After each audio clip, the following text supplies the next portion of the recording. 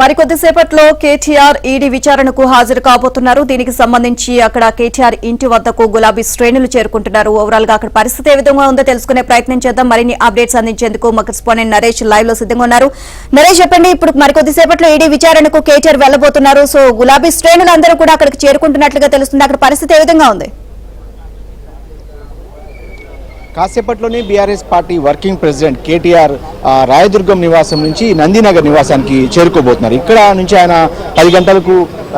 ఆయన 10 గంటలకు బయలుదేరి నాంపల్లిలో ఉన్న ఈడీ కార్యాలయానికి చేరుకుంటారు. ఆ తర్వాత ఈడీ విచారణ కూడా ఎదుర్కోబోతున్నారు. వాస్తవానికి ఈరోజు 10:30 గంటలకు విచారణకు రావాల్సిందిగా ఈడీ కార్యాలయం నోటీసులు ఇచ్చిన నేపథ్యంలో ఆ మేరకు కేటీఆర్ ఈరోజు ఏదైతే ఈడీ విచారణకు వెళ్ళబోతున్నారు. అయితే కొంత బీఆర్ఎస్ శ్రేణిలో మాత్రం కొంత ఉత్కంఠ నెలకొంది.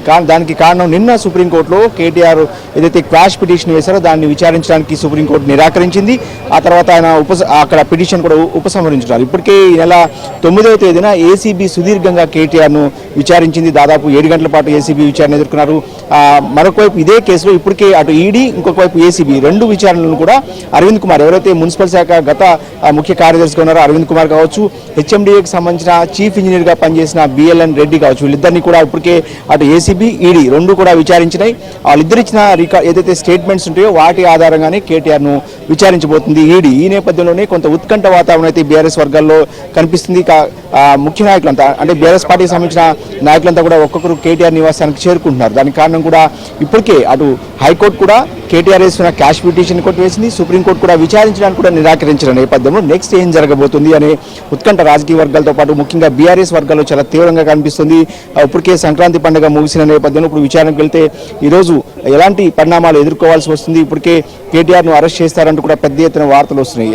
అటు హైకోర్టు కావచ్చు, ఇటు సుప్రీంకోర్టు కావచ్చు, రెండు అత్యున్నత న్యాయస్థానాలు కూడా ఇప్పటికే ఈ కేసుల్లో జోక్యం చేసుకోలేమంటూ కూడా చెప్పిన నేపథ్యంలో తదుపరి పరిణామాలు ఎలా ఉంటాయనేది చర్చ అయితే ఖచ్చితంగా బీఆర్ఎస్ వర్గాల్లో కనిపిస్తుంది. ప్రస్తుతం మనం కేటీఆర్ నివాసం వద్ద కేటీఆర్ కాసేపటి క్రితమే ఒక ప్రెస్ రిలీజ్ కూడా విడుదల చేశారు. గతంలో కూడా ఈ నెల 9వ తేదీన కేటీఆర్ ఏసీబీ విచారణకు వెళ్లే ముందు ఒక ట్వీట్ చేశారు. అలానే ఈ రోజు కూడా కాసేపట్లోనే ఈడీ కార్యాలయానికి ఇక్కడ నుంచి బయలుదేరుతారు. ఫస్ట్ రాయదుర్గం నివాసం నుంచి ఓరియన్ విలాస్ నుంచి ఇక్కడ చేరుకుంటారు. ఆ తర్వాత ఇక్కడ నుంచి బయలుదేరిపోతున్న నేపథ్యంలో ఖచ్చితంగా ముఖ్యమంత్రి రేవంత్ రెడ్డి టార్గెట్గా ఇప్పటికే కేటీఆర్ ఒక ప్రెస్ నోట్ కూడా రిలీజ్ చేశారు. 2023లో తాను రేస్ నిర్వహించామని చెప్పి ఆ తర్వాత 24లో రేస్ నిర్వహించకపోవడం వల్ల రాష్ట్ర ప్రభుత్వానికి హైదరాబాద్ బ్రాండ్ నేమ్కు తీవ్ర నష్టం జరిగిందంటూ కూడా ఒక ప్రెస్ నోట్ రిలీజ్ చేశారు. అదేవిధంగా రాజకీయ కారణాలతో దురుద్దేశంతో మాత్రమే తప్పు చేయకపోయినా తన మీద కేసు పెట్టారు.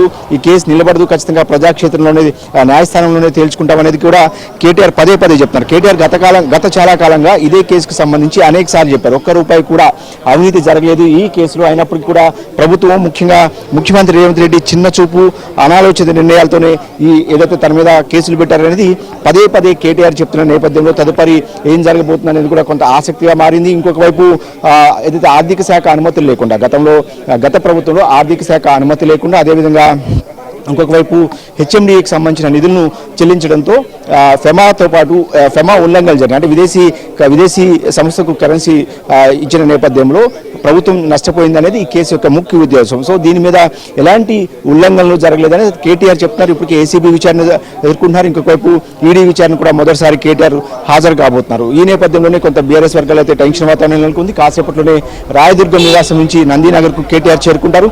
ఇక్కడ నుంచి బయలుదేరి 10 గంటలకు ఇక్కడ నుంచి బయలుదేరి నాంపల్లిలో ఉన్న ఈడీ ఏదైతే బషీర్బాగ్లో ఉన్న ఈడీ కార్యాలయానికి విచారణకైతే కేటీఆర్ వెళ్ళబోతున్నారు. Right, thank you Naresh.